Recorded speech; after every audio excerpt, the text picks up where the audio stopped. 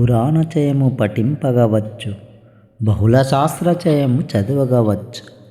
సహనమొక్కటబ్బ చాలా కష్టము, విశ్వదాభిరామ వినురవేమా.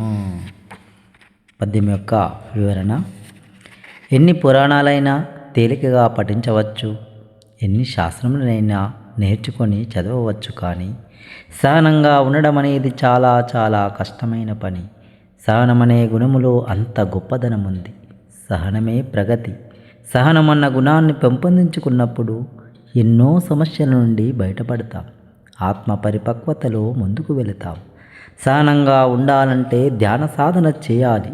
ఇది వేమన గారి సందేశం.